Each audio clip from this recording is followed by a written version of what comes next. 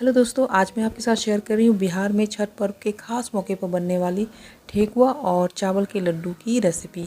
बहुत ही स्वादिष्ट होता है ये, आप ट्राई ज़रूर कीजिएगा। और सबसे अच्छी बात है, इसे बनाने का तरीका भी बहुत आसान है।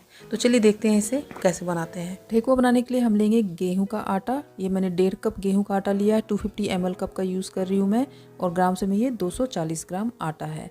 अगर आपको ठेकुआ ज़्यादा बनाना है तो आप सारी चीज़ों को डबल करते जाएँ। और अब इसमें 2 से 3 बड़े चम्मच बारीक कटा हुआ सूखा नारियल डालेंगे और 1 छोटा चम्मच सौंफ डाल देंगे। सौंफ और सूखा नारियल ये दोनों बेसिक चीज़ें हैं, इसे स्किप मत कीजिएगा। अब इसमें 1.5 बड़ा चम्मच देसी घी डाल देंगे। घी की जगह पर आप चाहें तो ऑयल भी यूज़ कर सकते हैं। इस ठेकुआ को हम ट्रेडिशनल तरीके से बना रहे हैं तो इसमें लगभग 200 ग्राम गुड़ डालेंगे। अगर आपको गुड़ पसंद नहीं है तो आप इसकी जगह पर पिसी हुई चीनी भी यूज़ कर सकते हैं। अब हम इसे कद्दूकस कर लेंगे। कद्दूकस करने से ये आटे में बहुत अच्छे से मिक्स हो जाता है। आप चाहें तो इसे बिल्कुल बारीक कूट करके भी यूज़ कर सकते हैं।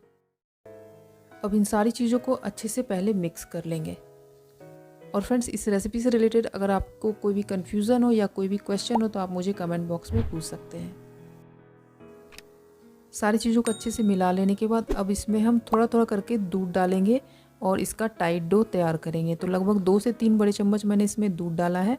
आप चाहें तो दूध की जगह पर पानी भी यूज़ कर सकते हैं। और दूध रूम टेम्परेचर पर ही यूज़ करना है, गर्म या कोई ठंडा दूध यूज़ नहीं करना है। ठेकुआ का डो थोड़ा टाइट रखना है, इसलिए दूध थोड़ा थोड़ा करके डालें ताकि डो गीला ना हो। और अगर डो गलती से गीला हो जाता है तो आप थोड़ा सा सूखा आटा ऐड कर सकते हैं। तो ये देखिए, ठेकुआ के लिए मैंने बिल्कुल टाइट डो तैयार कर लिया है। अब हम इससे ठेकुआ बनाएंगे। तो ठेकुआ का साइज़ आप अपने अकॉर्डिंग बड़ा या छोटा रख सकते हैं। उसी के अकॉर्डिंग आप डो की इस तरह से लोई तैयार कर लें। तो ये मैंने देखिए लोई तैयार कर लिया है। ये मेरे पास ठेकुआ बनाने का साँचा है। अगर आपके पास ये साँचा नहीं है तो आप इसके बगैर भी ठेकुआ के ऊपर डिज़ाइन बना सकते हैं। तो वो तरीका भी मैं साथ ही साथ शेयर करूँगी। अब सबसे पहले हम साँचा को यूज़ करने से पहले घी से अच्छे से ग्रीस कर लेंगे ताकि डो इसमें ना चिपके। अब आटे की लोई को इस साँचे के ऊपर रखेंगे, हल्का सा प्रेस करके इसको फैला देंगे इस तरह से। बहुत पतला या बहुत मोटा नहीं रखना है, मीडियम थिकनेस में ही इसको स्प्रेड करना है। अब एक फॉर्क लेंगे और इसके ऊपर घी को अप्लाई कर देंगे और इस तरह से ठेकुआ के ऊपर डिज़ाइन बना लेंगे। तो अगर आपके पास साँचा नहीं है तो आप डो को किसी भी प्लेन सरफेस पर स्प्रेड करें पहले, और फॉर्क की हेल्प से उसके ऊपर इस तरह से डिज़ाइन बना लें। तो है ना, ये बहुत ही ईजी। और ठेकुआ की थिकनेस आप देखें, ये मीडियम थिकनेस में है, बहुत पतला या बहुत मोटा नहीं है, और दोनों साइड से ठेकुआ बहुत ही अच्छा दिख रहा है। तो इसी तरह से हम बाकी के डो से भी ठेकुआ बना करके तैयार कर लेते हैं। तो सबसे पहले ऑयल या घी से साँचा को ग्रीस करें, और लंबे साइज़ का अगर ठेकुआ बनाना है तो डो को थोड़ा सा लंबा कर लें इस तरह से। और फिर सेम प्रोसेस को फॉलो करते हुए ठेकुआ के ऊपर अपने मनपसंद डिज़ाइन बना लें। और इसकी थिकनेस मीडियम रखें ताकि ये फ्राई करने समय ना टूटे। ज़्यादा पतला कर देने से आप जब इसे फ्राई करेंगे तो गुड़ मेल्ट होने की वजह से ये बहुत ज़्यादा सॉफ्ट हो जाते हैं, जिसकी वजह से ठेकुआ टूट सकता है। तो इस बात का आपको खास ध्यान रखना है। सारे ठेकुआ बिल्कुल रेडी है फ्राई करने के लिए। इन्हें फ्राई करने के लिए आप चाहे तो ऑयल या घी दोनों में से कोई भी ले सकते हैं, और इन्हें मीडियम गर्म कर लें। ऑयल मीडियम गर्म हो गया है। अब इसमें एक एक करके ठेकुआ को डालेंगे, और उतना ही डालें जितना कि कढ़ाई में आसानी से आ जाए। गैस का फ्लेम लो रखना है और इन्हें इसी तरह से थोड़ी देर फ्राई होने देना है। जब ये नीचे की तरफ से हल्का सा ब्राउन कलर का हो जाएगा तो इनको हम पलट देंगे।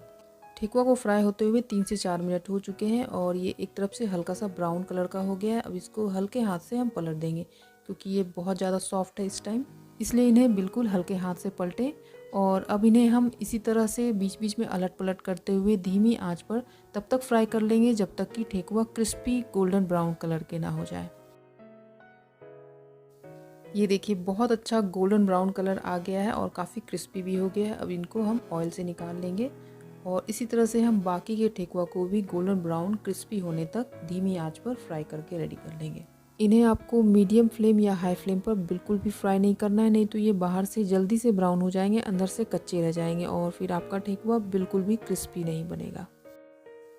सारा ठेकुआ अच्छे से फ्राई हो गया है, बहुत ही क्रिस्पी बना है। तो आप भी इस मेथड को फॉलो करते हुए घर पर ज़रूर ट्राई करें और अपना फीडबैक शेयर करना बिल्कुल मत भूलिएगा। और अब हम बनाएंगे चावल के लड्डू।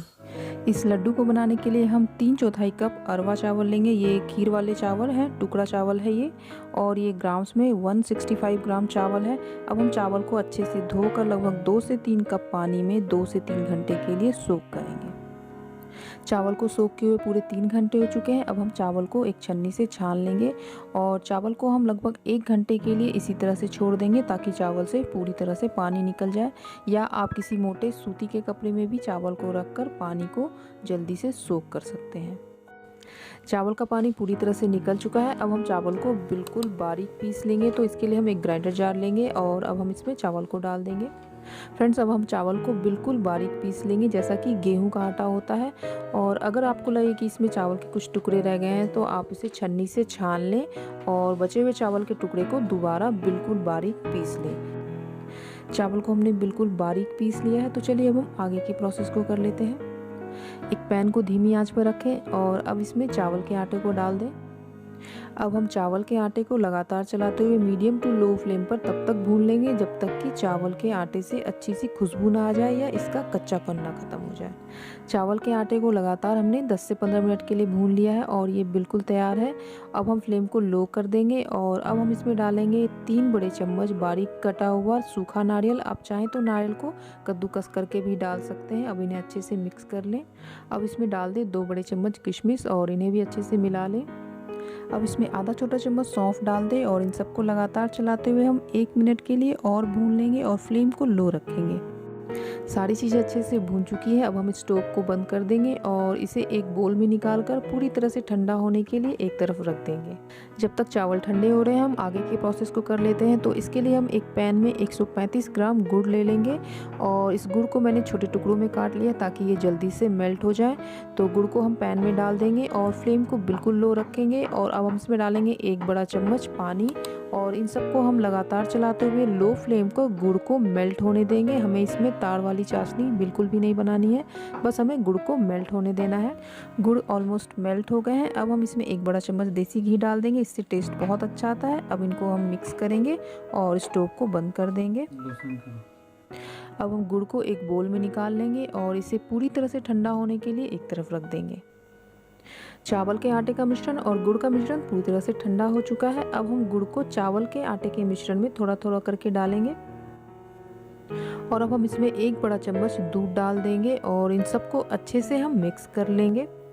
हमने इसमें दूध इसलिए डाला है ताकि लड्डू थोड़े सॉफ्ट बने और दूध जो हम यूज़ करेंगे वो बिल्कुल नॉर्मल होना चाहिए, गर्म दूध हम इसमें नहीं डालेंगे।